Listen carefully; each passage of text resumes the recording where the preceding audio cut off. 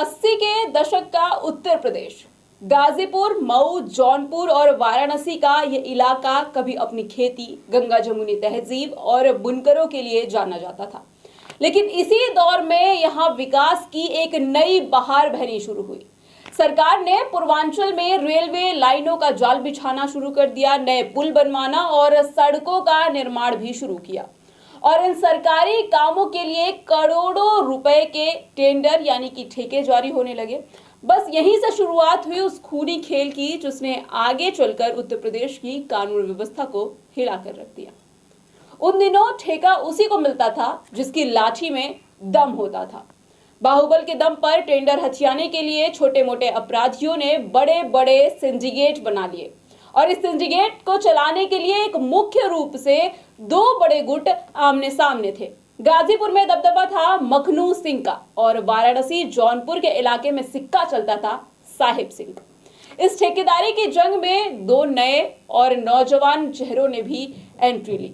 ये दोनों कभी दोस्त नहीं थे, बल्कि शुरुआत से ही दोनों अलग अलग और विरोधी खेमे के सेनापति बनकर उभरे हुए थे। गाजीपुर के एक बेहद ही प्रतिष्ठित और रसूखदार परिवार से ताल्लुक रखता था उसके दादा डॉक्टर मुख्तार अहमद अंसारी स्वतंत्रता सेनानी और कांग्रेस के अध्यक्ष रहे थे। उनके नाना ब्रिगेडियर मोहम्मद उस्मान भारतीय सेना के महावीर चक्र विजेता थे। इस पारिवारिक और राजनीतिक रसूख के बावजूद मुख्तार अंसारी कॉलेज के दिनों में ही गाजीपुर के मखनू सिंह गैंग की तरफ से आकर्षित हो गया। मुख्तार अंसारी के साथ उसका एक बेहद शातिर दोस्त भी था जिसका नाम साधु सिंह।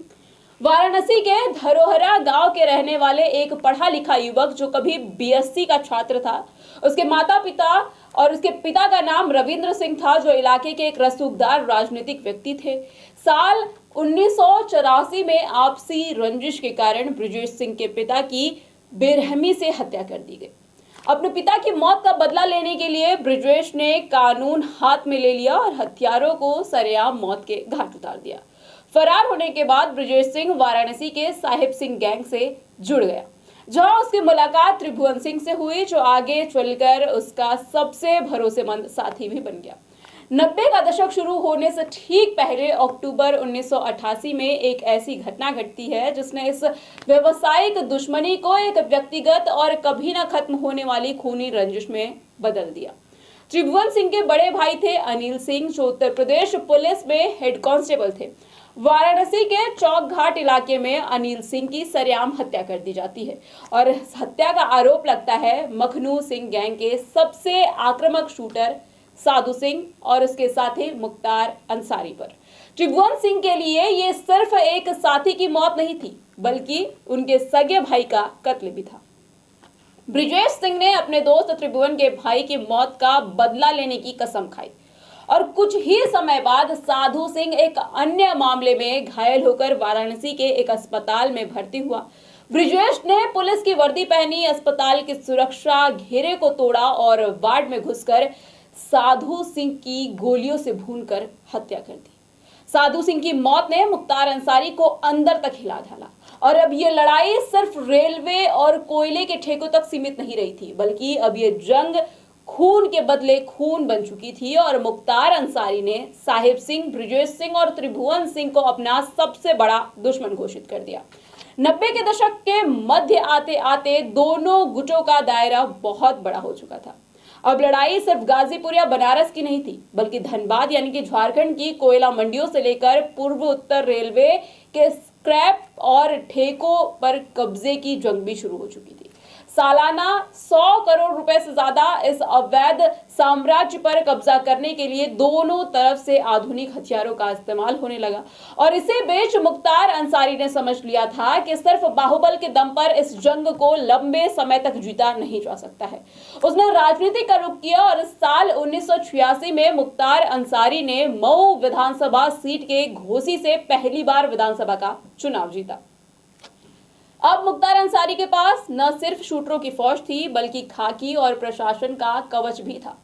दूसरी तरफ ब्रिजेश सिंह बैक स्टेज पर रहकर पूरे सिंडिकेट को ऑपरेट कर रहा था और लगातार अपनी ताकत बढ़ाता रहता था।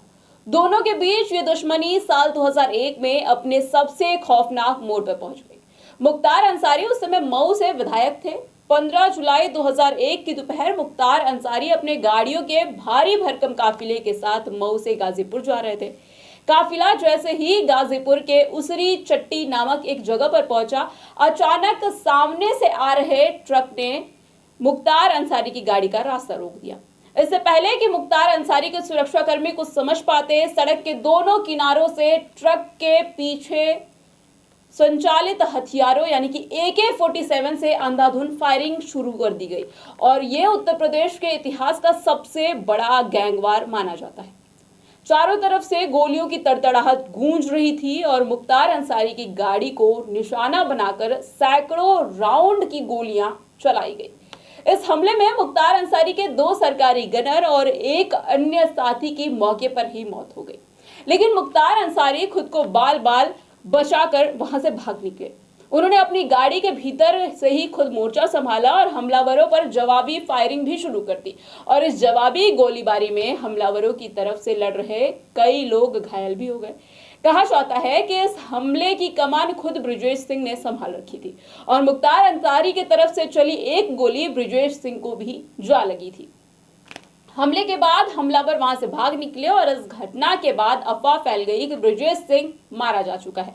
वह अगले कई सालों तक पूरी तरीके से गायब यानी कि अंडरग्राउंड हो चुका था। ब्रिजेश सिंह के गायब होने के बाद मुख्तार अंसारी का दबदबा और भी ज्यादा बढ़ गया, उनका रसूख चलने लगा, लेकिन ब्रिजेश सिंह के गुट ने हार नहीं मानी थी। साल 2002 के विधानसभा चुनाव में गाजीपुर की मोहम्मदाबाद सीट से कृष्णानंद राय ने चुनाव जीता, जिन्हें ब्रिजेश सिंह का बेहद करीबी और दाहिना हाथ माना जाता था। कृष्णानंद राय की जीत ने मुख्तार अंसारी के गढ़ में उन्हें सीधी चुनौती दी और इस चुनौती का अंत 29 नवंबर 2005 को हुआ, जब बीजेपी विधायक कृष्णानंद राय का एक क्रिकेट मैच का उद्घाटन करने के लिए वो पहुंचे हुए थे और वहां से जब वो लौट रहे थे तब भसनिया चट्टी के पास उनके काफिले को चारों तरफ से घेर लिया गया। हमलावरों ने AK-47 से 400 से ज्यादा राउंड फायरिंग की और इस हालात में हमले में कृष्णानंद राय समेत 7 लोग मारे गए थे। पोस्टमार्टम के दौरान उनके शरीरों में दर्जनों से ज्यादा गोलियां भी निकाली गई थी। इस हत्याकांड का आरोप मुख्तार अंसारी के शूटर मुन्ना बजरंगी और खुद मुख्तार अंसारी पर लगा।